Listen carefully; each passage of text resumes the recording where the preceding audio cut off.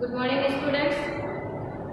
आज की इस ऑनलाइन क्लास में हम आगे बढ़ते हुए आपके पीयूष प्रवाह के अध्याय प्रथम का अध्ययन करेंगे। प्रथम अध्याय का नाम है उसने कहा था। इसके लेखक पंडित चंद्रधर शर्मा गुलेरी हैं।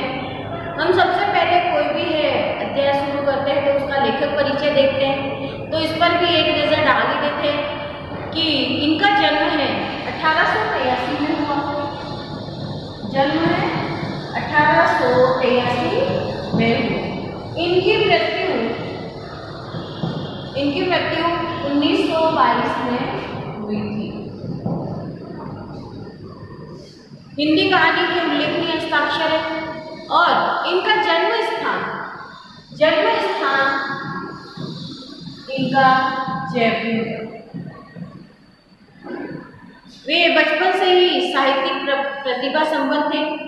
इनकी प्रतिभा का क्षेत्र खगोल विज्ञान, ज्योतिष, धर्म, भाषा, विज्ञान, इतिहास, शोध एवं साहित्य तक, यानी ये सारे इनके जो सारे क्षेत्र थे उन पे इनकी पकड़ थी। उसने कहा था हिंदी की प्रसिद्ध कहानी और उसका प्रकाशन 1915 में हुआ। इसका प्रकाशन कब हुआ है? 1915 में। सन 1915 में इसका प्रकाशन हुआ था। यानी आप क्या समझ लो, ये बहुत पुरानी कहानी है। अब जिसका प्रकाशन उस वक्त 1915 में हुआ है तो पुरानी होने को ही है, तो ये जो भी बात आएगी ये पुराने समय की बात आएगी। और इसके अतिरिक्त उन्होंने सुखमय जीवन, बुद्धू का कांटा आदि कहानियां भी लिखी। क्वचा, धम, मारी सी, मोही, कुंठाव आदि निबंध कला के भी प्रतिमान हैं।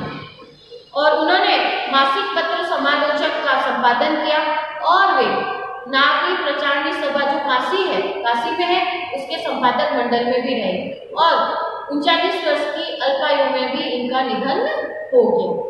अब आते हैं पाठ परिचय। आपका पाठ है बहुत अच्छा है, उसको है बेटा थोड़ा सा। अब आपकी पीयूष प्रवाह पूर्ण पुस्तक है तो इसके सारे ही अध्याय थोड़े से है ज्यादा लग रहे, क्योंकि कहानी की तरह सारे जैसे उपन्यास होते हैं उसी की तरह ये आपकी पूरे पुस्तक। उसमें तो है जैसे कविताएं, सर्जन में तो आपने देखा आपकी कविताएं आई है, कुछ है गद्य पाठ है, गद्य में है आपके निबंध भी आए, सिंपल से पाठ आए, जो है बातें कही जा रही है, लेखन का भी आया। तो ये बातें अब इसमें सारी 6 पाठ है आपके और सारे ही आपकी कहानियां हैं। और ये भी जो है उसने कहा था भी एक बहुत ही मार्मिक कहानी है, तो ये थोड़ी सी लंबी है, तो है आपके 2 या 3 पार्ट में इसका वीडियो बनेगा। तो अब मैं शुरू करती हूँ। कहानी है कि इसका कथानक भी है बहुत ही, इसका कथानक प्रेम, त्याग और कर्तव्य निष्ठा को केंद्र में भूमिका रखा गया है। और ये जो है अब ध्यान देना, ये प्रथम विश्व युद्ध कब हुआ है? प्रथम विश्व युद्ध 1914 से 1919 तक हुआ। तो इसकी पृष्ठभूमि पर लिखी गई एक कहानी है। यह है, इसमें आएगा देखो अमृतसर के बाजार का वर्णन आएगा। ध्यान देना बेटा, इसमें सबसे पहले आएगा अमृतसर के बाजार का वर्णन। नाम हम भी बताते हैं, इसके मुख्य पात्र कौन से होंगे। फिर बालक बालिका का बाल सुलभ निश्चित प्रेम आएगा। उसमें महायुद्ध का वातावरण आएगा। लहना सिंह के आत्मोत्सर्ग आदि के वर्णन में भी गहरा मनोवैज्ञानिक कूट है, क्योंकि उसमें क्या है, दोनों की जो जब उस वक्त छोटे थे उस वक्त की दोनों की बातचीत हो रही है। फिर ये कहानी प्रारंभिक चहल पहल से लेकर प्रेम और कर्तव्य का विकट पथ पार करते हुए मृत्यु सैया पर समाप्त होती है। ये उत्सव प्रेम वेदना जनित नहीं बल्कि कर्तव्य की प्रसन्नता है। आंचलिक शब्दों के साथ इसमें बहुत ही उत्कट भाव व्यंजना हुई है और ये हिंदी साहित्य की विशिष्ट धरोहर है। हम कहानी शुरू करते हैं। इसमें आप देखना कि सबसे पहले है इसके मुख्य पात्र को देखें। हम मुख्य पात्र में हम देखेंगे, मुख्य पात्र इसकी कहानी के हमेशा ध्यान रखना बेटा, लहना सिंह और गोरा। लहना सिंह और हो रहा है कि यहाँ पर अब है सबसे पहले किसका है, अमृतसर के बाजार का वर्णन है कि बड़े बड़े शहरों के इक्की गाड़ी वालों के जबान की कोड़ों से जिनकी पीठ छिल गई, कान पक गए, उनसे हमारी प्रार्थना है कि अमृतसर के बम्बू काट वालों की बोली का मुहर्रम लगाए। इससे तात्पर्य क्या रहेगा कि जो तांगे वाले वगैरह होते हैं वह उनकी जबान अच्छी नहीं होती, वह कोई आगे भी आ जाए तो कुछ भी बोल देते हैं। पर अमृतसर के जो है बहुत ही, अमृतसर के घोड़े या तांगे वाले बहुत ही अच्छा प्यारा बोलते हैं। जब बड़े बड़े शहरों की चौड़ी सड़कों पर घोड़े की चाबुक से धुलते हुए कभी राह चलते पैदल की आंखों के न होने की पर तरस खाते हैं, कभी उनके पैरों की अंगुलियों के औरों को पीटकर अपने को सतावा बताते हैं और संसार भर की ग्लानि, निराशा और शोक के अवतार बने नाक की सिद्ध में चले जाते हैं, तब अमृतसर में उनकी बिरादरी वाले तंग चक्करदार गलियों में एक एक लड़ी वाले के लिए सब्र का समुद्र उमड़ा कर बच्चों खालसा जी, हटो भाई जी, ठहरना भाई जी, आने दो लल्ला जी, हटो बादशाह कहते हुए वे सफेद फेटो, खचरों और बतखों, करने और खोमचे भारी वालों के जंगल से राह खेपते हैं। यहाँ पर आप देखो इस चीज को समझना कि ये जो पैराग्राफ मैंने अभी पढ़ा है आपके, इसमें क्या बताया गया कि जो लोग होते हैं अब बड़ी बड़ी चौड़ी सड़कें हैं वहां से निकल रहे हैं, यानी पैदल वालों की आंखें न होने से तात्पर्य, यानी हम ध्यान नहीं देते कि हमारे पास से कोई निकल भी रहा है, हम अपनी ही धुन में है, निकलते जाते हैं। तब हम निकलते जाते हैं तो वहां से है कोई पास से हमारे निकला, किसी के पैरों की अंगुलियों पे है छिल गई है, वहां से अब ध्यान नहीं दिया, हमें निकल गए। अब जब है दूसरे तो कैसे भी बोले, परंतु जो अमृतसर के जो तांगे वाले हैं वो बहुत ही अच्छा बोलते हैं कि हटो खालसा जी, हटो भाई जी, ठहरना भाई जी, आने दो लल्ला जी, हटो बादशाह, इस तरह के वो शब्द इस्तेमाल करते हैं। यानी दूसरे जो तांगे वाले भी है उसके इस तरह से उनके शब्द हैं वो मरहम लगाए, वो गलत नहीं बोले। फिर है उनके मुंह से हमेशा जी और साहब होता है, उनके यानी हमेशा उनके शब्द में जी और साहब होता है और वह है हटना ही पड़ता है। यह बात नहीं है कि उनकी जीभ चलती ही नहीं, चलती है, पर मीठी छुरी की तरह यह महीन मार करती है। यही है कि वो बहुत ही प्यारा बोलते हैं कि इसी वाणी में क्या है, हमारे अमृत होता है और इसी में है विष होता है।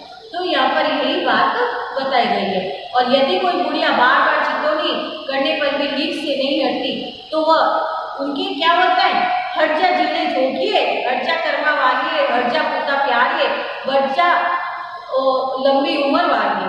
यानी क्या है इसका अर्थ क्या रहा, यानी इतना प्यारा बोलते कि वो है बुढ़िया है, बार बार कहने पर भी नहीं हट रही है, तो वो इतना प्यारा कि हट जा जोड़ी सोगे, यानी तो जीने योग्य है, जीने योग्य यानी जीने के योग्य, हट जा कर्मा वाले यानी कर्म तू भाग्यशाली है, जा पुता प्यारे यानी तो अपने पुत्रों को बहुत ही प्यारी है, बच जा लंबी उम्र वाले कि लंबी उम्र वाले तेरे सामने हैं, तू क्यों मेरे पहियों के नीचे आना चाहती है, अब तो बच्चा। यानी इस तरह से ये बहुत ही प्यारा बोलते हैं। अब यहाँ पर जो जगह आई है, ऐसे बम्बू काट वालों के बीच में होकर एक लड़का और एक लड़की है चौक की दुकान पर आ मिले।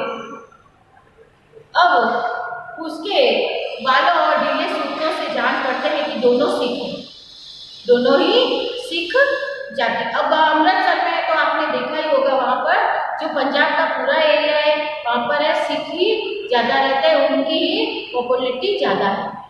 अब है अपने मामा के केस धोने के लिए दही लेने आया और यह रसोई के लिए बढ़िया लेने आया। दुकानदार एक परदेसी से पूछ रहा था जो शेर भर गीले पापड़ों की गड्डी को गिने बिना हटता नहीं। अब है दोनों लड़का लड़की आए हैं कि तेरा घर कहाँ, मगरे में, और तेरा मांझे में, यहाँ कहाँ रहती है, अत्तर सिंह की बैठक में, वे मेरे मामा होते हैं। अब है यहाँ पर बात की, मैं भी यहाँ मामा के यहाँ हूँ, उनका घर गुरु बाजार में है। इतने में दुकानदार निकला और सौदा देने लगा। सौदा लेकर दोनों साथ साथ चले। कुछ दूरी पर ही जाकर लड़के ने मुस्कुरा कर पूछा, तेरी कुड़माई हो गई? इस पर लड़की ने यहाँ पर कुड़माई से अर्थ क्या रहता है? कुड़माई से अर्थ रहता है सगाई। कुड़माई से अर्थ क्या रहता है? सगाई। कि तेरी कुड़माई हो गई क्या? इस पर लड़की ने आँख चढ़ाकर दत्त कहकर भाग गई और लड़का उसका मुंह देखता रह गया। अब दूसरे तीसरे दिन कभी सब्जी वाले के यहाँ, कभी दूध वाले के यहाँ दोनों अचानक मिल नहीं जाते। महीने भर यही हाल रहा। अब 2-3 बार लड़के ने फिर पूछा कि तेरी कुड़माई होकर? उत्तर में वही दत्त कहकर चली गई। एक दिन जब दोनों मिले हैं आपस में, तब फिर लड़के ने वैसे ही हंसी में चिढ़ाने के लिए पूछ लिया, तो लड़के की संभावना के विरुद्ध वो बोल गई। क्या बोली उसने? कि हाँ हो गई। कब? कल। लड़की ने क्या जवाब दिया है? कल मेरी सगाई हो गई। देखते नहीं, यह रेशम से कड़ा हुआ सालू, यानी उसने जो दुपट्टा है रेशम से कड़ा हुआ, और लड़की भाग गई। लड़के ने घर की राह ली। रास्ते में एक लड़के को मोरी में ढकेल दिया, एक छावड़े वाले की दिन भर की खबाई खोई, एक कुत्ते को पत्थर से मारा, एक गोभी वाले के ठेले में दूध उड़ेल दिया, सामने नाकर आती हुई किसी वैष्णव से टकरा कर अंधे की उपाधि पाई, तब कही। यानी क्या हुआ? यहाँ पर देखिए एक निश्चल प्रेम। अब लड़की से है निश्चल प्रेम की बात आई कि लड़की ने जैसे ही बोला, पहले तो दत्त कहकर भाग जाती, कुड़माई के बारे में पूछता कि तेरी सगाई हो गई क्या? पर यहाँ पर जब उसने बोल दिया हाँ, तो लड़के से एकदम से उसकी हालत एक प्रेमी की भांति हो गई है कि उसने एक लड़के को, यानी रास्ते में उसका घर पहुंचना भी जैसे भारी पड़ रहा है, उस तरह से बात हो गई कि उसको एक को तो धक्का दे दिया, एक जो दिन भर कमा कर आया है उसकी भी दिन भर की कमाई उससे टक्कर खा गया, कुत्ते को पत्थर से मारा, गोभी वाले के ठेले में दूध उड़ेल दिया, और सामने से किसी नाती भी एक वैष्णवी आई थी, उससे टकरा कर अंधे की उपाधि पाई, तब गई बचाकर घर पहुंचा। अब ये हुआ आपके एक पार्ट, यानी अमृतसर के बाजार का है, वहां पर है पूरा वर्णन आ गया है। अब आया है आपके महायुद्ध का वातावरण। यहाँ पर हम क्या लेंगे? नेक्स्ट है आपके महायुद्ध। महायुद्ध से तात्पर्य जो प्रथम विश्व युद्ध हो रहा है उसका वातावरण, वहां का वर्णन अब आपके आ रहा है। ध्यान देना, दूसरा पार्ट है, ये पहला पार्ट था आपके, अब है दूसरा पार्ट। दूसरा पार्ट है राम राम, यह भी कोई लड़ाई है। दिन रात खंदकों, यानी खंदकों से तात्पर्य रहता है खाइयों में बैठे बैठे हड्डियां आकर, लुधियाने से 10 गुना जाड़ा में और बर्फ ऊपर से पिंडड़ियों तक हम कीचड़ में दसे हुए और जमीन कहीं दिखती नहीं। घंटे 2 घंटे कानों के पर्दे वाले धमाके, पर्दे फाड़ने वाले धमाकों के साथ सारी खंदक हिल जाती थी और 100 गज धरती उछल पड़ती। इस गैली बलों से बचे भी तो कोई लड़े। नगर का जलजला सुना था। यहाँ दिन में 25 बार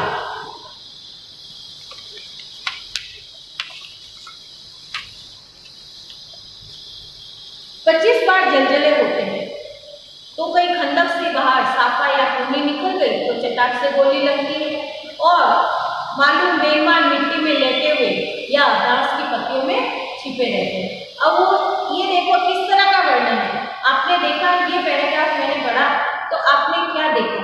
इसमें एक खाई का वर्णन है जिसमें वो लोग छुपकर बैठे हैं। मौसम कैसा बताया? बहुत ही ठंडा, एकदम ठंडा। और यदि वो कहीं बाहर से थोड़ी सा हाथ भी निकाल दे तो उनके जैसे, या थोड़े से बाहर भी निकल जाए तो उनके गोली लगने की आशंका रहती है। और वहां से गोले वगैरह है गिर रहे हैं। तो अब ये कैसे पता चलता है? महायुद्ध का वर्णन, यानी युद्ध अभी चल रहा है। अब बातचीत होती है इनकी, अंदर ही अंदर वो बैठे हैं, खाइयों में बैठे हैं और बातचीत होती है। लैला सिंह और 3 दिन है, 4 तो खंदक में ही बिता दिए, परसों रिलीफ आ जाएगी और हमें है 7 दिन की छुट्टी। यानी ये सभी क्या होता था उस वक्त भी जो कार्य होता था, यानी रोटेट में करते थे कि 7 दिन इसकी ड्यूटी है 7 दिन, क्योंकि यह 24 ही घंटे उन्हें है इस तरह से अपना समय देना पड़ता था। जो भी ड्यूटी पर जवान होता वह अपना समय देता कि 7, यानी इन्हें क्या बताया, जैसा भी यहाँ पर हमें पता चल रहा है, लैला सिंह कहता है कि 3 दिन और है और 4 दिन हमने इसमें बिता बाद के, और यानी परसों, और फिर मिलेगी उनको 7 दिन की, कि अपने हाथों झटका करेंगे और भट पेट काट कर सोए रहेंगे। और फिर उसी फिरंगी में उनके बाग में मखमल सहारा घास है, फल और दूध की वर्षा कर देते। लाख कहते हैं दाम नहीं लेती, कहती है तुम राजा हो, मेरे मुल्क को बचाने आए हो।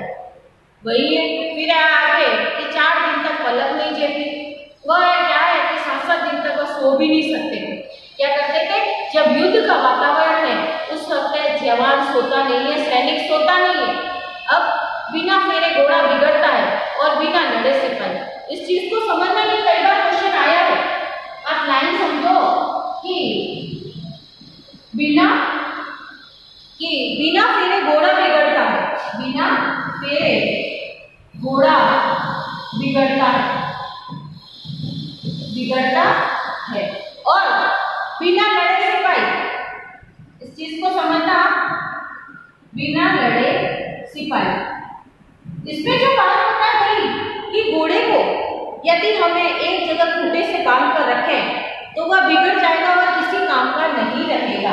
और बिना लड़े सिपाही किसी काम का नहीं, हमें उसके बारे में कुछ भी नहीं पता चलेगा। तो यही बात है कि बिना घोड़े को यदि हमने नहीं फेरा तो वह बिगड़ता है, और बिना लड़े सिपाही है बिगड़ जाता है।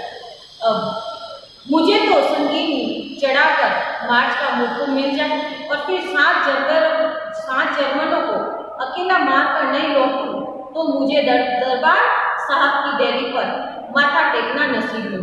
पाजी कहीं के कलों के घोड़े संगीन देखते ही मुंह फाड़ देते और पैर पकड़ने देते। यानी यहाँ पर बात किसकी आ रही है, यानी हिंदुस्तानियों की और जर्मनी के साथ यहाँ पर लड़ाई हो रही है। तो जर्मन यहाँ पर सैनिकों की बात कही जा रही है कि वह कहता है, एक सैनिक कहता है कि मैं जब तक 7 सैनिकों को मारकर नहीं लौटूं तब तक मैं यहाँ से भगवान के दरबार यानी दरबार साहब की देरी पर मत्था नहीं टेक। ऐसा भी नसीब नहीं हो। या अंधेरे में 30-30 मन का गोला फेंकते हैं। इस दिन धावा किया था, 4 मील तक एक जर्मन को भी नहीं छोड़ा था और पीछे जनरल ने हट जाने का कमान दिया। अब जनरल ने उनको पीछे हटने का दिया, नहीं तो हमें कितनों को लोगों को मार दे। यहाँ पर हजारा सिंह और लहना सिंह की बातचीत दोनों की हो रही है। ये सैनिक है हजारा सिंह, उसकी बातचीत हो रही है, नहीं तो सीधे बर्लिन पहुंच जाते। क्यों? सूबेदार हजारा सिंह ने मुस्कान लड़ाई के मामले में जमादार या नायक के चलाए नहीं जाते, बड़े अफसरों दूर की सोचते हैं। 300 मील का सामना होता और एक तरफ तो बढ़ गए होगे क्या? सूबेदार जी सच है, लहना सिंह बोला, पर क्या करें, हड्डियां तो जाड़े में दस गई, सूर्य निकलता नहीं और खाई के दोनों तरफ से चमचे की बाउलियों पर सोते जा रहे। एक धावा हो जाए तो गर्मी आ जाए और उठ उस सिकड़ी में कोले डाल। वजीरा, तुम 4 जने बाल्टियां लेकर खाई का पानी बाहर फेंको। फिर महासिंह, शाम हो गई है, खाई के दरवाजे का पहरा बदल दे। ये कहकर सूबेदार सारी खंदक में चक्कर लगाने, यानी खाई बड़ी सारी बनी रखी है और वहां पर सूबेदार चक्कर लगाने लगता है। फिर इस पलटन का वजीरा सिंह विदूषक था।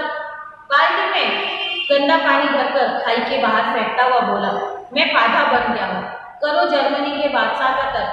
सब खिलखिलाकर हंस पड़े और उदासी के बादल फटे। फिर लहना सिंह ने दूसरी बाल्टी हाथ में देकर कहा, बाल्टी भरी और हाथ में देकर कहा, अपनी बाड़ी के खरबूजों में पानी दे दो। ऐसा खाद का पानी पंजाब भर में भी नहीं मिलेगा। हाँ, क्या है, देश है, स्वर्ग है। मैं तो लड़ाई के बाद सरकार से 10 गुना जमीन यहाँ मांग लूंगा और फलों के बूटे लगूंगा। अब यही हुआ, बातचीत दोनों को हो रही है। फिर लाठी हो रहा था कि यही बुला लेंगे या वही दूध पिलाने वाली फरंगी में चुप कर, यहाँ वालों को तो शर्म नहीं थी। वो है हजारा सिंह के दोनों हजारा सिंह से मजाक की लाठी हो रहा, यहाँ पर उसकी पत्नी की बात कही जा रही है या फिरंगी मैम को ही बुला देंगे। देश की चाल मैं आज तक नहीं समझ सका कि तंबाकू सिख है, तंबाकू नहीं खाते और वह है सिगरेट पीने की हट करती है, सिगरेट देती है, फोटो पर लगानी। मैं पीछे हटता हूँ फिर भी वह राजा बुरा मान गया मेरे मुल्क के लिए। यानी वहाँ अंग्रेजी लोग तो हमें पता ही है कि वह सब चीज खाता है, और सिख कभी भी है तंबाकू नहीं खाता है, ना ही वो लोग सिगरेट पीते हैं। तो ये बात करें। अच्छा, तो अब बोधा सिंह कैसा है? हजारा सिंह का पुत्र कौन है? बोधा सिंह अच्छा है। जैसे मैं जानता ही न हूँ, रात भर अकबर कमरे में उसे कंबल में उसे उड़ाते रहे और आप सीढ़ी के सहारे गुजर जाते, उसके पहरे पर आप पहरा दे आते हैं, अपने सूखी लकड़ी के तख्ते पर उसे सुलाते हो और आप कीचड़ में पड़े रहते हो।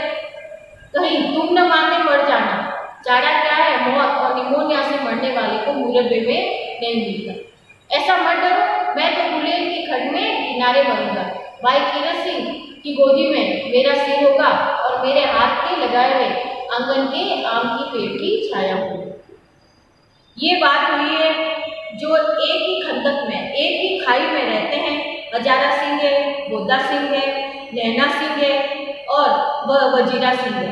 इन चारों के बीच में है बातचीत होती है और ये किस तरह से खंदक में उस खाई में है रह रहे हैं। एक हफ्ते से उन्होंने नींद भी नहीं ली है और खाई में है बार बार पानी आ जाता तो उसको भी है बाहर निकालना, कीचड़ में पड़े और इस तरह से अपना समय व्यतीत कर रहे हैं। यानी क्या है, लड़ने के लिए तो आपस की बातें भी करते हैं कि किस तरह से उन्होंने जर्मन सैनिकों का है मुकाबला किया है।